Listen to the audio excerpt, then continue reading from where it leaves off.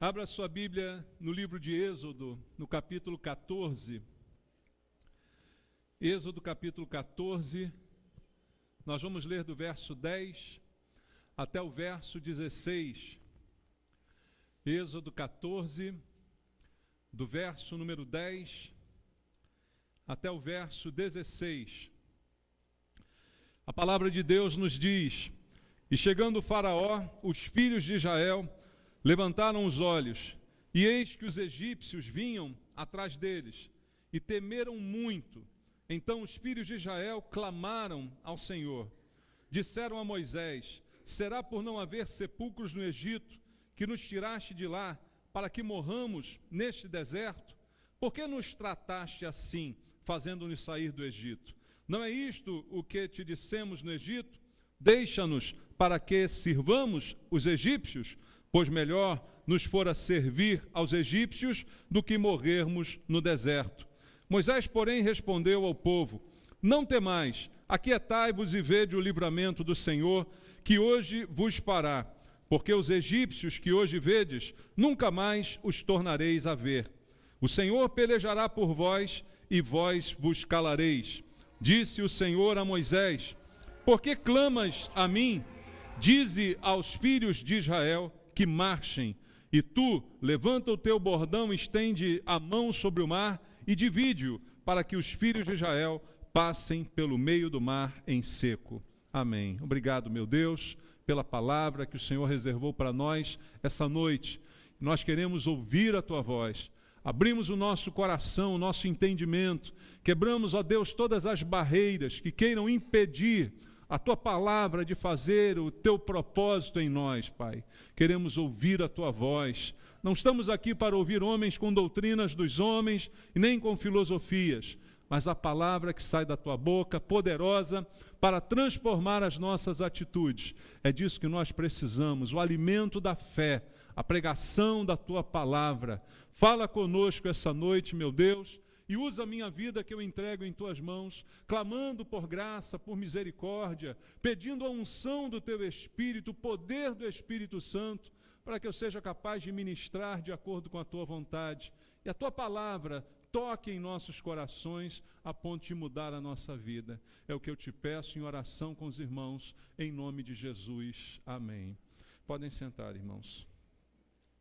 Amados, aqui está um texto conhecido das Sagradas Escrituras, texto que todos que conhecem a história do Êxodo, da saída do povo de Israel do Egito, já devem ter lido, já devem ter visto essa história, que já foi contada em filmes e na escola bíblica e de várias maneiras que você possa imaginar.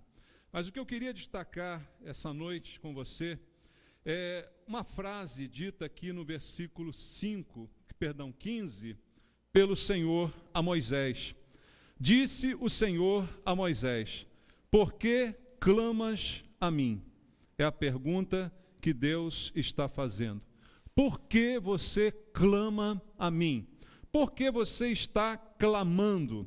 Veja, mesmo um homem como Moisés, um homem que foi usado tremendamente por Deus, desde a sua chamada para esse ministério, para esse propósito, Deus o preparou ao longo de muitos anos, né? Deus tratou com Moisés, Deus o capacitou, não é? Deu a ele a garantia de que ele estaria com ele para cumprir essa tarefa tão difícil, né? Tirar o povo daquele lugar e conduzi-los no deserto. Mesmo ele estava sujeito a ouvir essa pergunta de Deus: Por que você está clamando a mim? Talvez hoje Deus também queira fazer essa pergunta para alguns de nós, para que a gente entenda a hora de clamar e a hora de tomar uma atitude. Isso é muito fácil de ser misturado, isso é muito fácil de ser mal entendido entre nós. Temos que clamar, temos sim, a Bíblia diz que é bom, a Bíblia diz que nós devemos sempre clamar ao Senhor, mas também precisamos agir. Precisamos fazer. O problema é quando a gente inverte a ordem das coisas. A gente clama na hora que tem que fazer e faz na hora que tem que clamar. E aí as coisas se misturam Então, naquele momento, a palavra de Deus a Moisés é: por que você está clamando? A hora não é para isso. A hora é para tomar uma atitude. Diga ao povo que marche.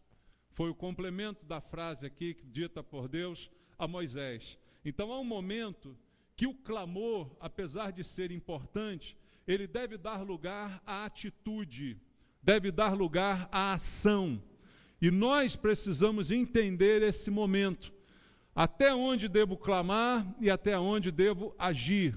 E se não entender, eu certamente estarei perdendo alguma coisa com isso. E é interessante porque Deus diz a Moisés: por que clamas? Porque antes Deus já havia prometido a ele: eu estarei com você o tempo todo. Moisés tinha presenciado essa presença de Deus, tinha sentido, comprovado essa presença desde as pragas no Egito, desde os milagres que Deus fez diante de Faraó. O tempo todo, essa comprovação: eu estou com você. Eu não sei falar direito, eu estou com você. Eu não sei como vai ser, eu estou com você. O tempo todo Deus garantindo a ele essa presença. E até esse momento da caminhada, Deus não falhou. Mas agora estavam diante de um problema. Olharam e viram que os egípcios estavam vindo e à frente deles não tinha como escapar, havia apenas o mar. Então, nessa hora, é que veio o medo, veio o temor, e as pessoas começaram a reclamar, começaram a murmurar, se queixar da própria sorte. E isso, então, mostra para nós que quando Deus está agindo, operando, atuante, não é hora de clamar, mas é hora de agir, é hora de fazer. Você tem visto o agir de Deus, você tem presenciado que Ele está com você, então não é hora de ficar clamando, mas é hora de tomar uma atitude. E foi isso que foi ilustrado aqui nessa situação. Meu microfone parou? Parou? Oh, então pega outro. Som. Então a hora de clamar não era aquela, porque Deus estava presente e agindo. E era visível o seu agir diante de todas aquelas pessoas. Mas, apesar disso, o povo estava com medo. Essas pessoas que estavam aqui com medo foram as mesmas que presenciaram as pragas sobre o Egito. Foram as mesmas que presenciaram um milagre para que eles saíssem do Egito. Mas, no entanto, estavam como? Veja o versículo 10. Chegando o Faraó, os filhos de Israel levantaram os olhos. E eis que os egípcios vinham atrás deles. E fizeram o quê? Temeram muito. Ou seja, tiveram muito medo. Então os filhos de Israel clamaram ao Senhor. Veja, foi um clamor aqui motivado pelo medo. Não deve ser assim o nosso clamor. Nosso clamor não deve ser motivado pelo medo. Entende, irmãos? Principalmente porque Deus está agindo. Está dando provas do seu agir. Está dando provas da sua presença. Tem feito milagres. Então esse clamor motivado pelo medo, ele se torna até ofensivo a Deus. É como quem diz: olha, eu acho que o Senhor não está aqui, eu acho que o Senhor não está agindo. E depois desse clamor motivado pelo medo, vem a segunda etapa, que é a etapa da blasfêmia. Veja o versículo 11. Disseram a Moisés: será por não haver sepulcros no Egito, que nos tiraste de lá, para que morramos nesse deserto? Por que nos trataste assim, fazendo-nos sair do Egito? Não é isso o que te dissemos no Egito? Deixa-nos para que sirvamos os egípcios? Olha o que disseram: pois melhor nos fora servir os egípcios do que morrer no deserto. Olha a conclusão que eles chegaram por causa da falta de fé, por causa da falta do reconhecimento do agir de Deus. Chegaram à conclusão que nada daquilo tinha valido a pena. Que uma daquelas pragas, daqueles milagres que aconteceram, valeram a pena. Não eram provas suficientes de que Deus estava nesse negócio. E aí chegaram à conclusão que não, era melhor ter ficado lá como escravo, é melhor ser um escravo bem alimentado, é melhor ser um covarde vivo do que um herói morto, como se diz por aí, não é? Então chegaram à conclusão que era hora de blasfemar contra Deus. Era hora de reclamar da vida, era hora de murmurar, dizer: ó vida, ó azar, o que eu vim fazer aqui? Por que isso me aconteceu? O que está acontecendo com a minha vida? E aí, de repente, ignorando tudo aquilo que Deus havia feito antes, rapidamente se esquecendo dos milagres que foram presenciados. Veja, não foram contados. Essas pessoas aqui não ouviram falar de milagres, elas viram os milagres. Veja, é muito diferente, não é, irmãos? Elas viram, elas presenciaram, elas foram alvo do milagre, mas agora estão aqui cobertas de ceticismo, debochando de Moisés, debochando de Deus, murmurando, reclamando do destino, reclamando da sorte. Isso aconteceu. E Moisés, no meio disso tudo, a princípio, ele dá uma palavra que parece mostrar nele uma atitude diferente. Veja o versículo 13. Moisés, porém, respondeu ao povo: não temais, aquietai-vos e vede o livramento do Senhor, que hoje vos fará, porque os egípcios que hoje vedes, nunca mais os tornarei a ver.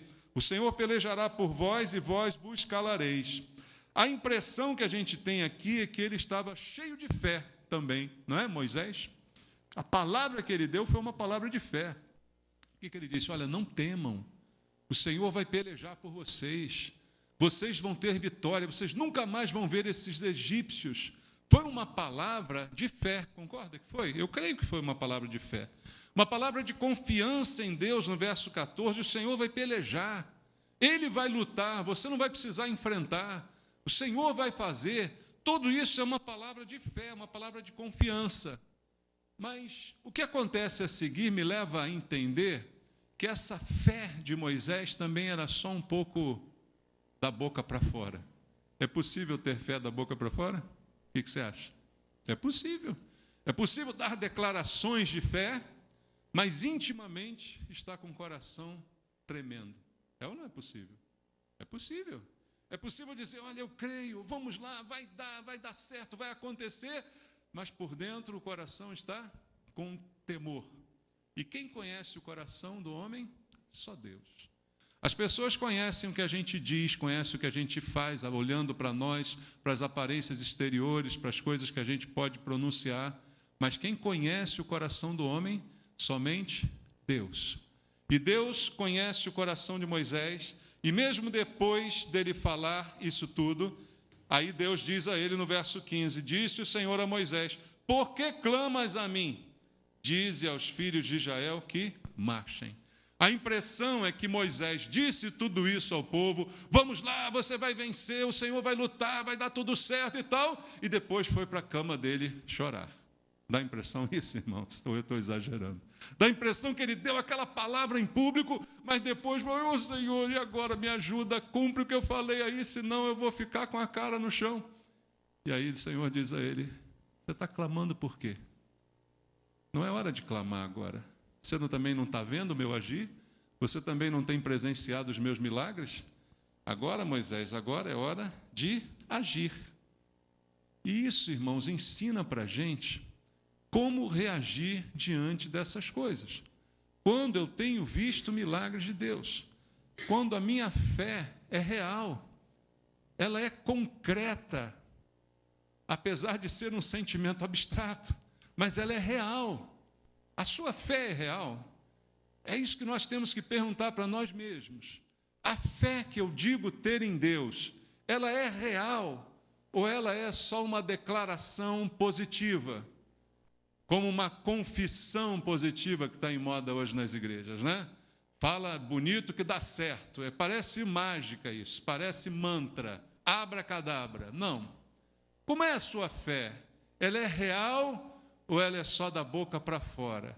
Ela é um sentimento real dentro do seu coração ou é alguma coisa que ao menor sinal de abalo se desfaz? Ao menor sinal de perigo, você já está querendo voltar para o Egito. Ao menor sinal de que você está cercado, você já pensa: era melhor no tempo do mundo do que agora em Cristo. Como é que é a nossa fé? Ela é real? Essa é a primeira coisa que nós temos que entender essa noite. Porque muitos hoje podem estar vivendo esse conflito. Estou clamando na hora que era para eu agir. Na hora que era para eu agir com fé, eu tenho apenas clamado e não tenho agido. E há muitas desculpas para a gente fazer dessa forma. Às vezes, queridos, nós queremos substituir as ações por orações, porque parece mais fácil orar do que fazer alguma coisa. Ou não? Você entendeu o que eu quis dizer? Às vezes parece mais fácil orar do que ir à luta. Parece mais fácil orar do que enfrentar um inimigo, do que enfrentar um problema de frente. Dá muito mais trabalho, demanda muito mais esforço. Então, muita gente pode orar substituindo a ação por pura preguiça. Por exemplo, eu quero melhorar a minha vida, então eu oro a Deus pedindo um emprego dos sonhos. Quero trabalhar na Câmara dos Deputados. É o emprego dos sonhos? Aí é mais fácil orar do que correr atrás, do que estudar, do que fazer um concurso, do que procurar alguma coisa, não é que te dê um sustento, mas não, eu vou orar. Mas não é hora de orar, é hora de agir. Mas parece mais fácil orar, parece mais cômodo orar. Temos essa tendência, irmãos, ou não? Estou exagerando? Será que de repente a gente não faz isso? Eu vou orar a Deus, mas Deus está dizendo, você tem que fazer alguma coisa. Não é hora de você orar. E muita gente foi educada assim. Muitos de nós viemos do catolicismo romano, muitos de nós aprendemos a repetir fórmulas de oração que fazíamos desde a infância, não é? Repetindo aquelas palavras como se elas fossem trazer para nós algum benefício. Eu, quando era pequeno, minha mãe orava, com Deus me deito, com Deus me levanto, com a graça de Deus e do Espírito Santo. Está gravado na minha cabeça. Alguém já ouviu isso? A Osana riu ali, porque já ouviu, né? Quem ouviu essa, hein? Com Deus me deito, com Deus me levanto, com a graça de Deus e do Espírito Santo. E a gente ora isso toda hora, né? Quando caiu um cisco no olho, São Longuinho passou por aqui com seu calavarinho comendo capim. Não tinha isso? E a gente repete, porque a gente quer um resultado. A gente quer algo que funcione. É como uma simpatia. E a desculpa é, eu fui educado assim, eu aprendi assim. Desde pequeno eu aprendi a buscar a solução dos meus problemas nesse tipo de superstição, de que eu faço alguma coisa que dá certo, que ela produz algum resultado sem muito esforço, né? Uma coisa que seja muito fácil de ser feita. Só que a Bíblia, ela fala a respeito disso de outra maneira. Veja o que diz Jesus em Mateus capítulo 6, versículo 7. A gente precisa aprender, porque muitas vezes a gente critica um procedimento e adota o mesmo de forma diferente. Mateus capítulo 6, verso 7 diz, e orando, não useis de vãs repetições como os gentios. Por quê? Porque presumem que pelo seu muito falar serão ouvidos. O que Jesus está ensinando aqui? Veja, a gente diz, isso aqui é para os católicos, porque eles repetem aquelas orações, né? E não entenderam o que Jesus está dizendo aqui. Não, isso aqui também é para os evangélicos. Porque tem evangélico que quando começa a orar não para nunca, você tem que dar um murro nele para ele parar de orar. Porque ele presume que pelo seu muito falar, ele será ouvido. É a mesma coisa, de forma diferente, com uma linguagem diferente, com uma roupagem diferente, mas está infringindo o mesmo erro que Jesus condena aqui. Quando você orar, não use de vãs repetições. Repete, repete, repete, repete. Quanto mais eu repetir, mais eu acho que Deus vai me ouvir. Quanto mais eu repetir, mais eu acho que vai dar certo. Esse é o problema, o vai dar certo é a superstição. É eu fazer alguma coisa apenas por causa de um resultado. Isso é a prática supersticiosa dos patuais, das simpatias, das coisas que a gente faz sem pensar direito nelas. Então, o que Jesus está ensinando é um princípio que serve para todos nós. Não use de vãs repetições, porque o defeito dessas vãs repetições, elas não fazem mal por si só. Mas o defeito, o vício contido nela, é o vício que os gentios tinham, de achar que por falar muito seriam mais ouvidos pela divindade. Achar que a divindade é meio surda. Não é, irmãos? Você acha que Deus é surdo? A Bíblia diz que Ele sabe até o que eu vou dizer antes de dizer. Ele sabe. Mas Ele não quer que eu ore? Não, Ele quer que eu ore. Mas Ele quer que eu seja produtivo também na oração. E Ele quer que eu ore quando tem que orar. Mas quer que eu trabalhe quando tem que trabalhar. Está entendendo isso? Então, a crítica de Jesus aqui é essa prática, que está escondida nesse princípio, como os gentios, como aqueles que têm relação com Deus falso, não é? Que presumem erradamente que o falar muito fará com que sejam mais ouvidos. Então, de repente, essa prática, mesmo na igreja evangélica, mesmo entre os cristãos, ela pode ter o mesmo efeito daquilo que Moisés estava fazendo, clamando quando tinha que agir. E aí é um culto que Deus não aceita. Veja Isaías capítulo 1. Nós citamos aqui também pela manhã, Isaías capítulo 1, quando Jesus disse: bem profetizou Isaías a vosso respeito, esse povo honra-me com os lábios, mas o seu coração está longe de mim. Isaías capítulo 1, versículo 12 até o versículo 15, diz assim: quando vindes para comparecer perante mim, quem vos requereu o só pisardes os meus átrios? Não continueis a trazer ofertas vãs. O incenso é para mim abominação, e também as festas da lua nova, os sábados e a convocação das congregações. Não posso suportar iniquidade associada ao ajuntamento solene, as vossas festas da lua nova, as vossas solenidades. A minha alma as aborrece, já me são pesadas, e estou cansado de as sofrer. Pelo que quando estendeis as mãos, escondo de vós os olhos. Sim, quando multiplicais as vossas orações, não as ouço, porque as vossas mãos estão cheias de sangue. Veja, existem orações que Deus não ouve. Existem cultos que Deus não aceita. Existem festas que Deus não se importa com elas, que elas cansam a Deus. E algumas festas citadas aqui que o próprio Deus instituiu, mas instituiu com um propósito, instituiu para mostrar uma verdade. Mas o povo fez dessa festa algo que já estava cansando Deus, porque, de repente, o culto não é mais para Deus, o culto passou a ser para a gente quer se sentir bem no culto, a gente quer que toque o tipo de música que a gente gosta, a gente quer ouvir a palavra que a gente gosta, a gente quer sair daqui com a sensação de que fomos bem servidos hoje. Mas, na verdade, o culto é para Deus, né?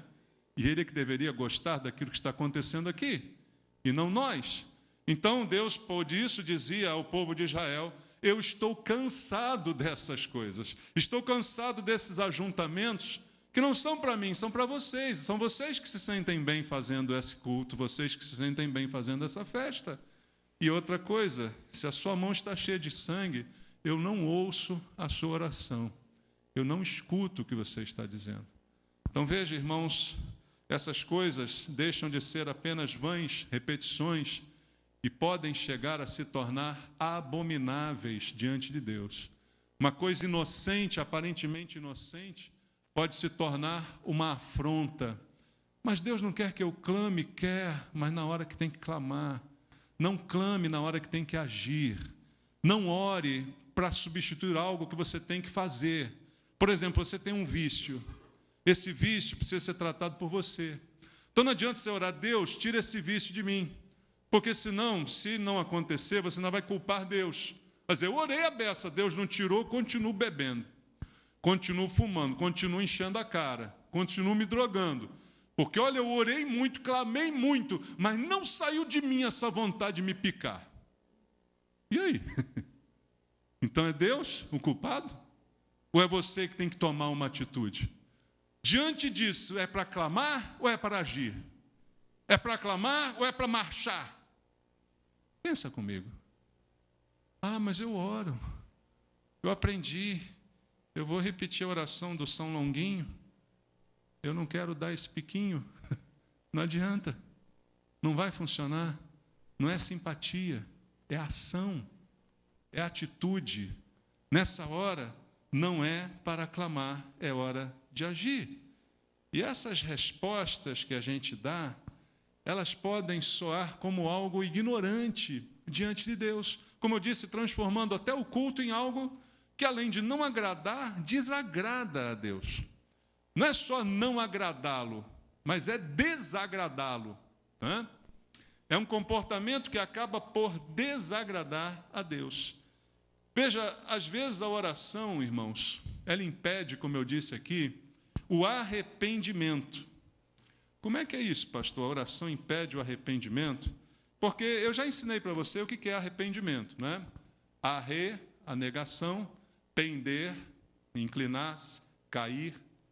Arrepender-se é a decisão de não cair novamente. Você já caiu. O pecado te fez cair. Quando você se arrepende de um pecado, você está dizendo para Deus, eu decido não cair de novo neste pecado. Isso é o arrependimento. Não é um pedido de desculpa, oh, foi mal aí, Deus. Arrepender-se é decidir não cair novamente naquele pecado. Então, quando é que a oração impede o arrependimento? Quando, ao invés de deixar o pecado, eu oro pelo pecado, como eu disse aqui. O que a Bíblia diz lá em Provérbios 28, 13? Aquele que encobre as suas transgressões, jamais prosperará. Mas aquele que as confessa e deixa, alcançará misericórdia. Confessar e deixar, isso é o arrependimento. Não sei por quanto tempo esse deixar vai continuar, né? Porque às vezes há recaídas, é outro assunto. Mas arrepender é confessar e deixar de praticar. Eu não posso me arrepender hoje com a vontade de errar de novo amanhã. Para mim, aquele arrependimento tem que ser a determinação de não fazer nunca mais na vida. Se vou conseguir ou não é outra história. Mas essa é a ideia. Se eu me arrependo, mas olha, talvez amanhã eu já caia de novo. Não, não é isso. Então, em vez de deixar e lamentar o pecado, há muitas pessoas que oram. Não adianta orar. Arrepender é deixar. E aí aquele texto conhecido em 1 Samuel 15, 22, também foi citado indiretamente essa manhã, 1 Samuel capítulo 15, versículo número 22, diz assim: tem porventura o Senhor tanto prazer em holocaustos e sacrifícios, quanto em que se obedeça a sua palavra? Eis que obedecer é melhor do que sacrificar, e o atender melhor do que a gordura de carneiros. A luta, o conflito entre o sacrifício e a obediência. Misericórdia quero, foi o que nós lemos hoje de manhã, e não sacrifícios. Eu quero misericórdia, porque Deus não precisa de nenhum sacrifício, mas eu preciso de misericórdia, foi o que foi dito de manhã. E aqui Deus está dizendo, olha, é melhor obedecer do que sacrificar. Então, ao invés de fazer o que eu tenho que fazer, eu tento fazer outras coisas para compensar aquilo que eu acho que não consigo deixar de fazer. Isso não é arrependimento. Arrependimento é confessar e deixar.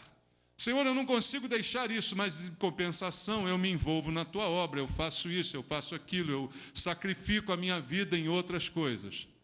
Isso é uma substituição por uma troca que Deus não compactua com ela. Então, a oração na hora errada, no lugar da ação, ela acaba impedindo o arrependimento. E o que o pecador precisa, irmãos? Arrependimento.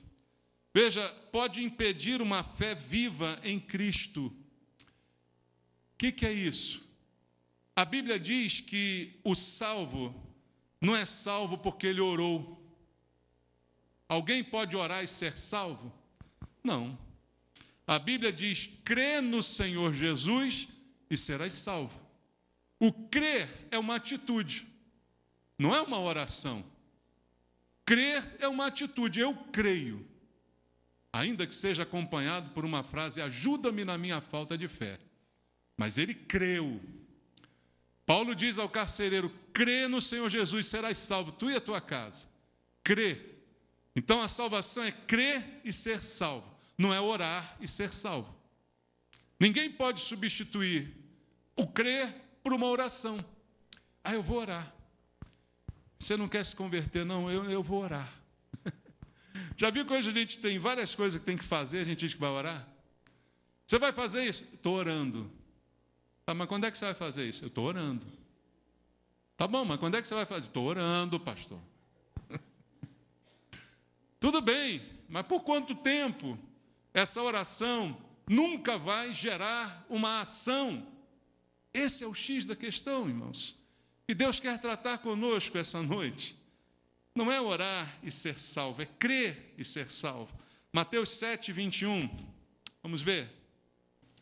Mateus capítulo 7, versículo número 21 do Evangelho segundo Mateus. Jesus está dizendo: nem todo que me diz Senhor, Senhor, entrará no reino dos céus, mas aquele que faz a vontade de meu Pai que está nos céus. É bem exemplificado aqui o que eu estou dizendo. Senhor, Senhor, é assim que nós começamos as orações. É ou não é? Senhor, ó Senhor, Senhor. Isso quando a pessoa é simples, né? E quando ela não é simples, ela diz: ó Rei da glória, inacessível, que habita num templo, né? Quando a pessoa é simples, ela diz Senhor. Aí começa a orar.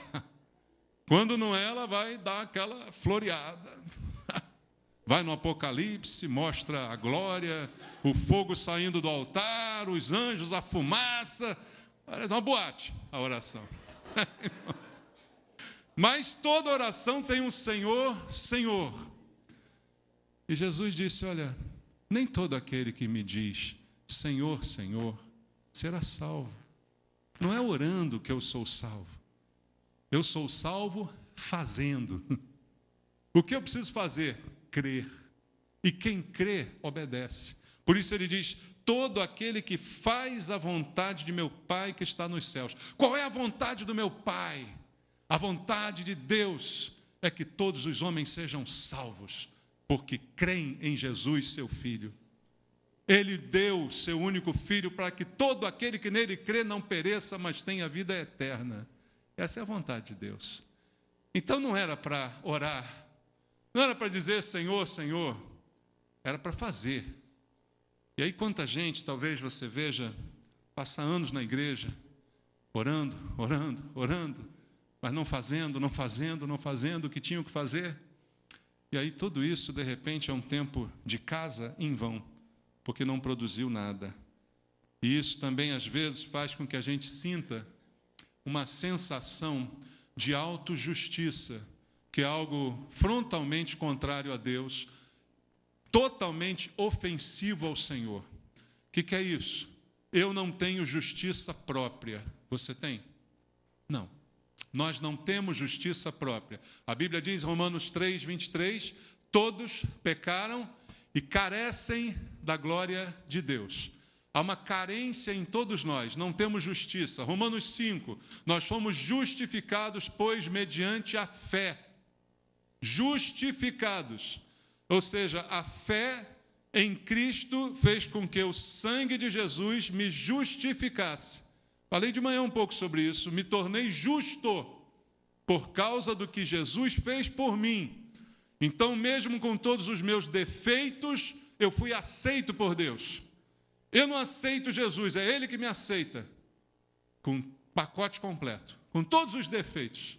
Porque Ele morreu por causa dos meus pecados, dos meus defeitos.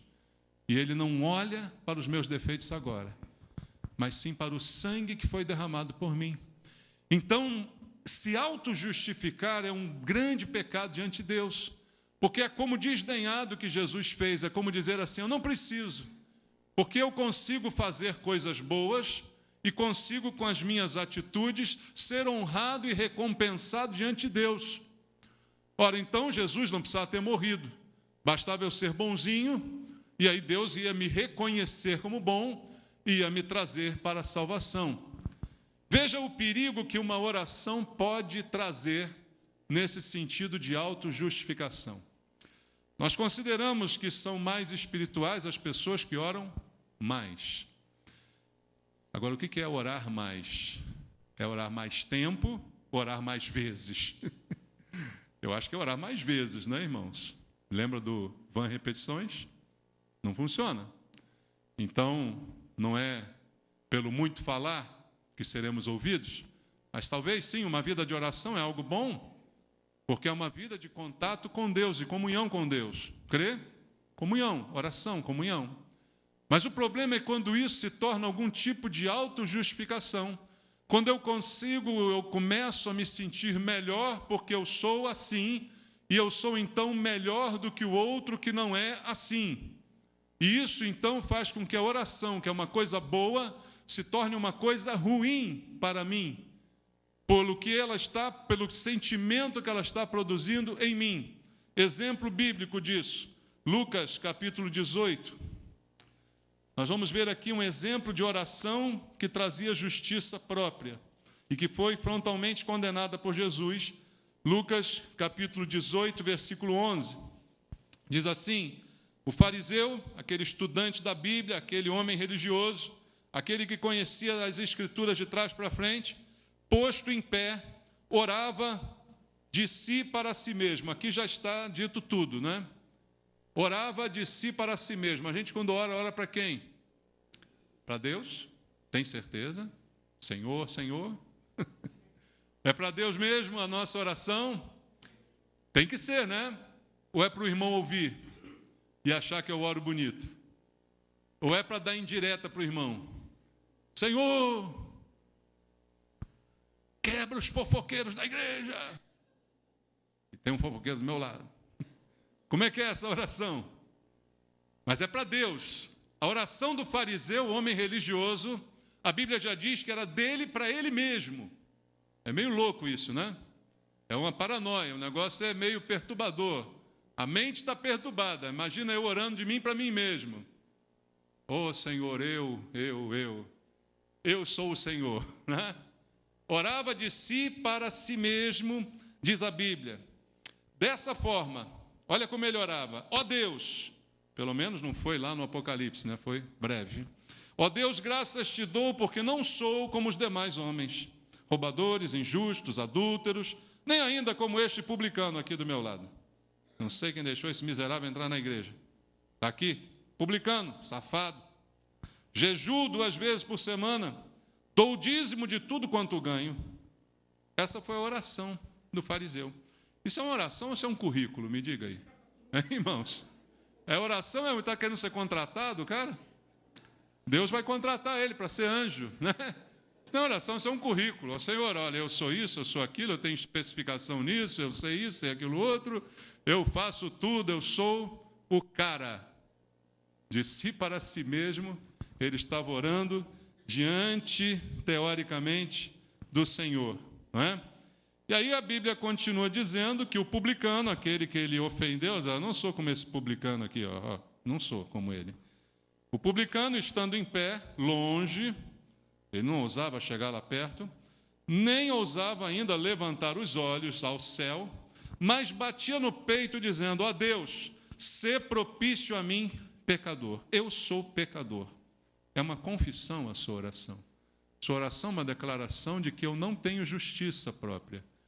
O publicano falava: eu não sou bom, eu não sou o cara. O fariseu dizia: eu sou o cara, eu sou justo.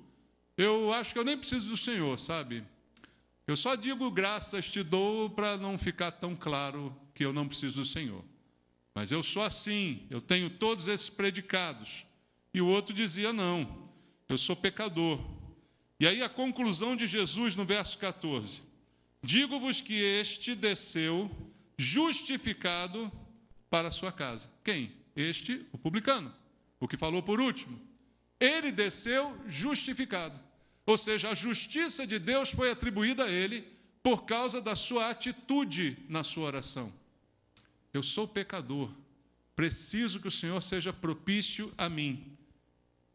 E aí ele conclui dizendo: porque todo o que se exalta será humilhado, mas o que se humilha será exaltado. E aí, irmãos, veja como uma oração pode se tornar um motivo para que eu seja humilhado. O que o fariseu estava fazendo? Estava orando. Aonde ele estava? No templo, na igreja, vamos dizer assim, na sinagoga. Estava no lugar certo, estava onde deveria estar, era fariseu, conhecia a Bíblia, fazia tudo certinho, mas a sua oração serviu para ele de humilhação. Veja o perigo da gente inverter as coisas, orar quando tem que agir, agir quando tem que orar. Tudo isso é pernicioso. Então, a mensagem de Deus para nós é que é hora de fazer alguma coisa.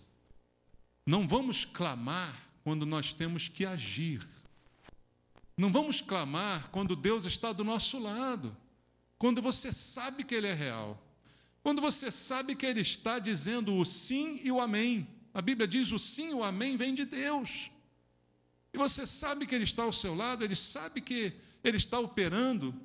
Então não é hora de ter medo, não é hora de tremer, não é hora de lamentar, é hora de fazer alguma coisa. Ah, pastor, então quer dizer que não é mais para clamar? Não, não é isso que eu estou dizendo. A hora de clamar, ela não foi abolida. Eu só preciso entender o momento de clamar. Qual o momento do nosso clamor?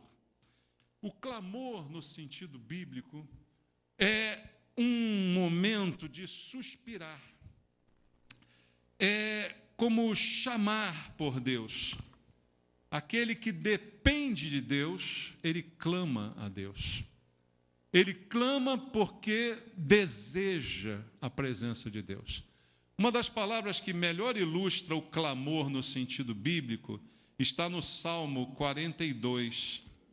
Veja só o Salmo 42, logo no primeiro verso do Salmo número 42.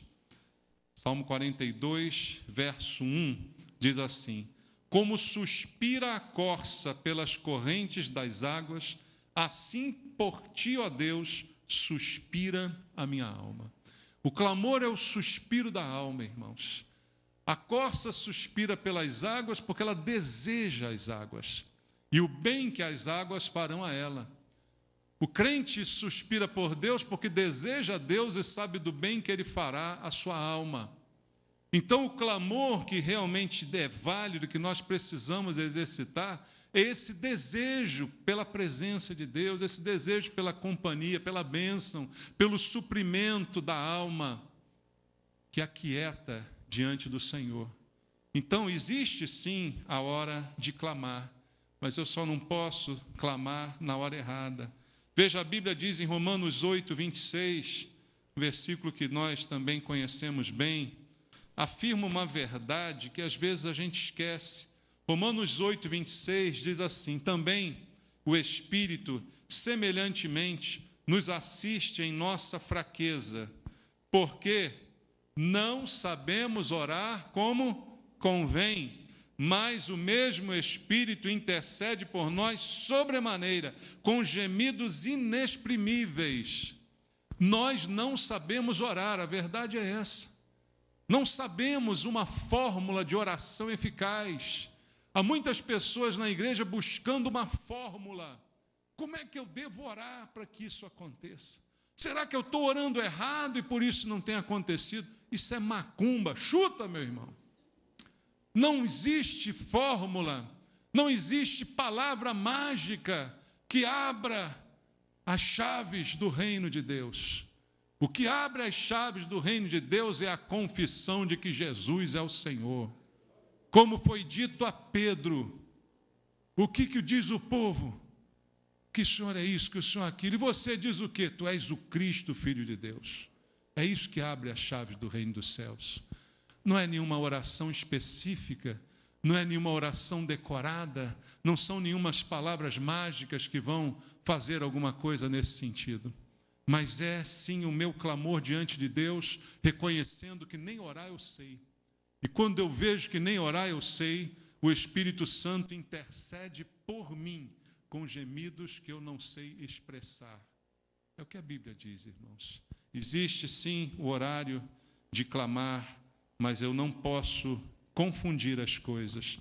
Clamar é para aqueles que sabem que serão ouvidos. Salmo 116, já estamos terminando.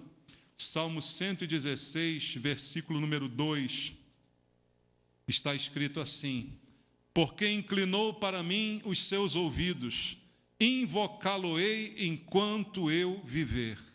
Eu invoco ao Senhor porque eu sei que Ele me ouve. Jesus certa vez falou assim: Pai, eu sei que o Senhor me ouve, mas para que eles saibam, faz o milagre. Lázaro, vem para fora. É o milagre. Mas eu sei que o Senhor me ouve.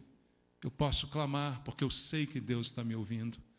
não é um clamor para conquistar algo de Deus, não é uma oração repetida. Se eu orar 21 dias e fizer o jejum de Daniel, aí é batata, aí vai acontecer. Já viu gente falando isso? Esse não é o meu Deus, esse é o Deus da superstição. Eu não creio nesse Deus. Eu creio que Ele me ouve, mesmo quando eu não sei orar direito, mesmo quando as minhas palavras não são bonitas, nem longas. Eu creio que Ele me ouve, porque Ele inclinou para mim os seus ouvidos, como disse o salmista. E por fim, eu quero ler com você o Salmo 73, o versículo 38. Salmo número 73, no verso número 28, Salmo 73, verso 28 diz: quanto a mim, bom é estar junto a Deus. No Senhor Deus ponho o meu refúgio para proclamar todos os seus feitos. Bom é estar junto a Deus. O clamor nos aproxima de Deus, porque Ele está ouvindo e nós podemos clamar. Sim, podemos, mas nunca no lugar de agir, nunca substituindo uma atitude. É isso que a gente precisa entender. A hora certa para fazer as coisas. E isso faz muita diferença. Há um famoso pregador chamado Spurgeon, você já ouviu falar nele? O príncipe dos pregadores, lá da Inglaterra. Spurgeon, ele conta que sempre sempre pregava para uma senhora a respeito de Jesus, sempre pregando para ela sobre Jesus, dizendo: renda-se a Jesus, entregue-se a Jesus, e ela sempre se mantendo resistente à palavra de Deus, sempre dizendo que era resistente, não se entregava, não se rendia a Jesus. Um dia ela chegou para Spurgeon e disse: olha, eu estou com muito problema, ore por mim.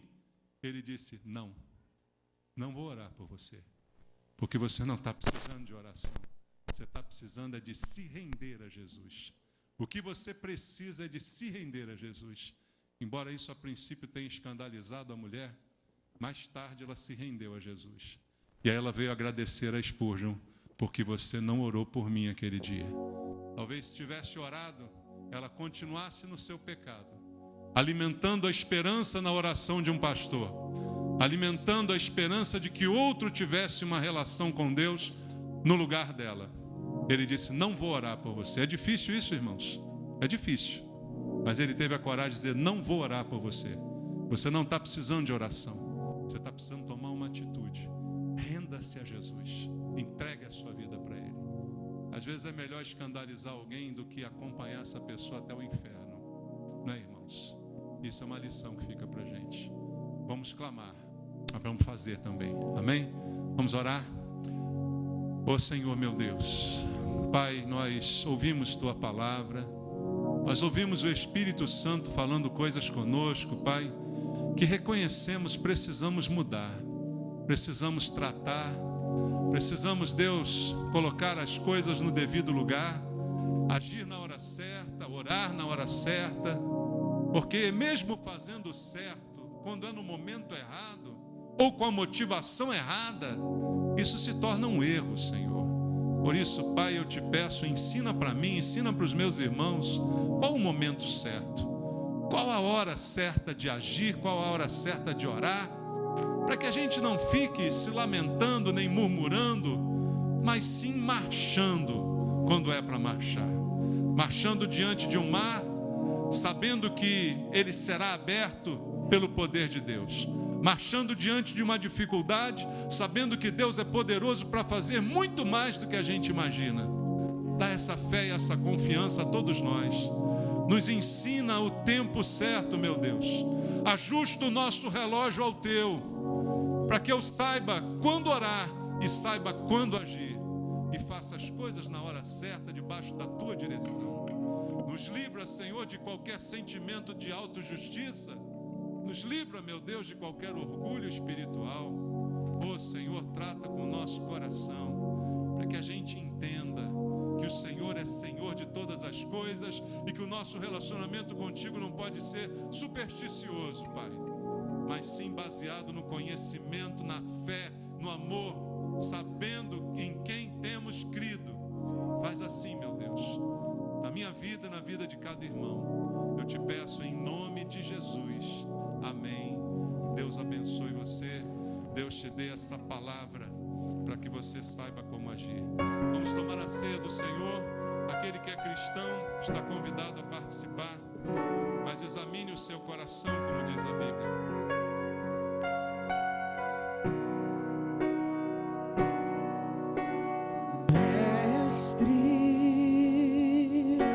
O vento balançou meu barco, mestre. Estou à beira de um naufrágio, mestre. Será que não vês? Será que eu vou perecer? Sinto a pele frio desse vento. Chego a crer que não estás me vendo. Lembro que estás logo ali, na proa do meu barco a dormir. Eu sei que eu não estou só e já posso crer que amanhã vai ser bem melhor. Só porque estás comigo eu posso clamar. Eu acredito que eu não vou naufragar. Só porque estás comigo eu posso clamar. Já tenho fé pra descansar nas ondas de um bravo mar. Sim, eu posso clamar. Mestre, vem me ajudar.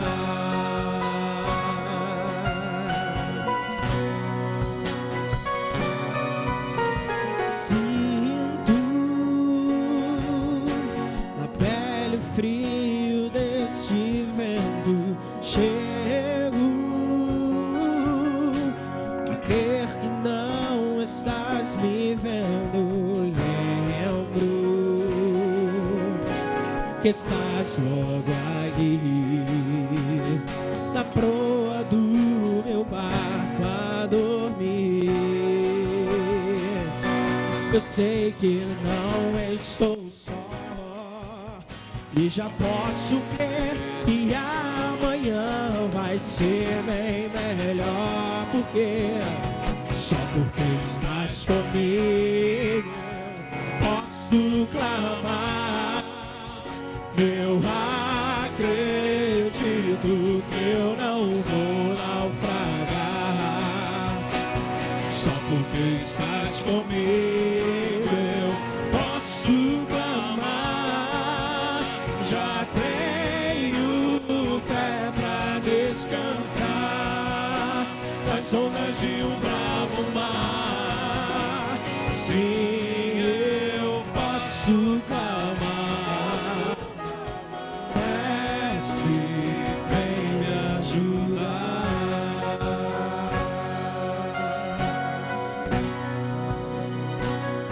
Obrigado, Jesus. Sabemos que o Senhor está conosco. E essa noite, ao participar da ceia, estamos nos lembrando de todos os benefícios que o Senhor conquistou para nós. O Senhor disse: não vos deixarei órfãos. O Espírito Santo, o Consolador, estará para sempre com vocês. Nós não estamos sós. Mesmo nas dificuldades, Pai, sabemos que o Teu Espírito habita em nós. Sabemos que o Senhor está conosco. Sabendo que o Senhor tem a direção para a nossa vida. Por isso queremos apenas aquietar na Tua presença. Clamar quando tiver que clamar e fazer quando tiver que fazer. Ajuda-nos, Senhor. Lembra-nos nessa ceia de tudo aquilo que o Senhor fez e conquistou por nós. Nós não temos nada em nós mesmos para oferecer. Não temos justiça própria, senão aquela que vem do Senhor. Obrigado, Senhor, pelo pão que partimos, pelo que ele representa, teu corpo, teu sofrimento em nosso favor, meu Deus. Obrigado, Jesus, porque o Senhor foi até o fim cumprindo aquilo que estava determinado. O Senhor não apenas orou, mas o Senhor agiu, o Senhor fez. O Senhor deu a sua vida para nos resgatar. Obrigado, Jesus. Obrigado. Abençoa esse momento. Te pedimos em teu nome. Amém. Participemos todos.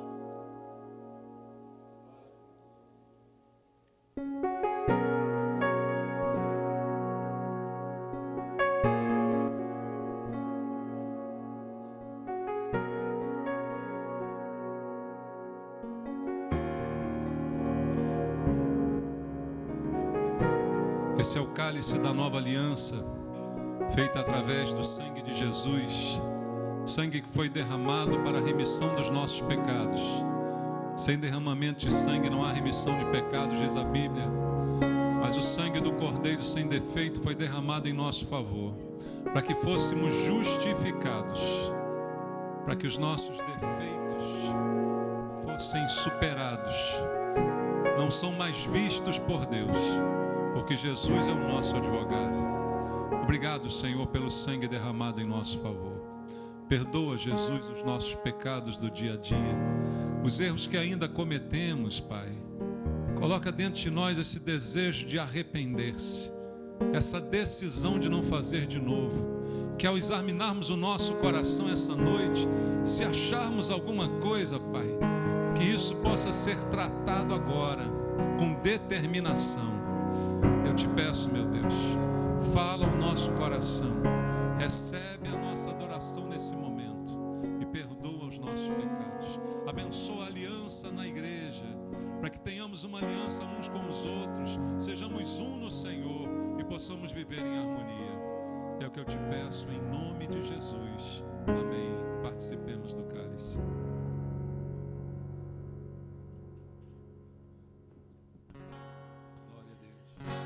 Quem é este que até o vento e o mar obedece?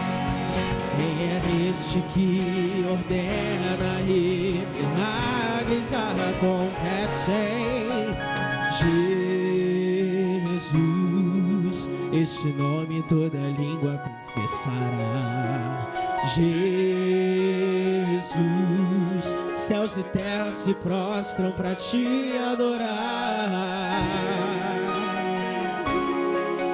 O presente que Deus enviou para nós. Até o vento se cala para ouvir tua voz. Posso clamar, eu acredito que eu não vou naufragar. Só porque estás comigo eu posso clamar. Já tenho fé pra descansar das ondas de um bravo mar. Sim, eu posso clamar. Mestre, vem me ajudar. Eu acredito que eu não vou naufragar. Só porque estás comigo eu posso clamar. Já tenho fé pra descansar nas ondas de um bravo mar. Sim, eu posso clamar. Mestre, vem me ajudar. Mestre, vem me ajudar. Mestre, vem me ajudar. Precisamos, Jesus. Jesus, da tua ajuda, Pai. Ajuda-nos, Senhor. Recebe a nossa adoração essa noite. Recebe o nosso culto. Glória a Deus.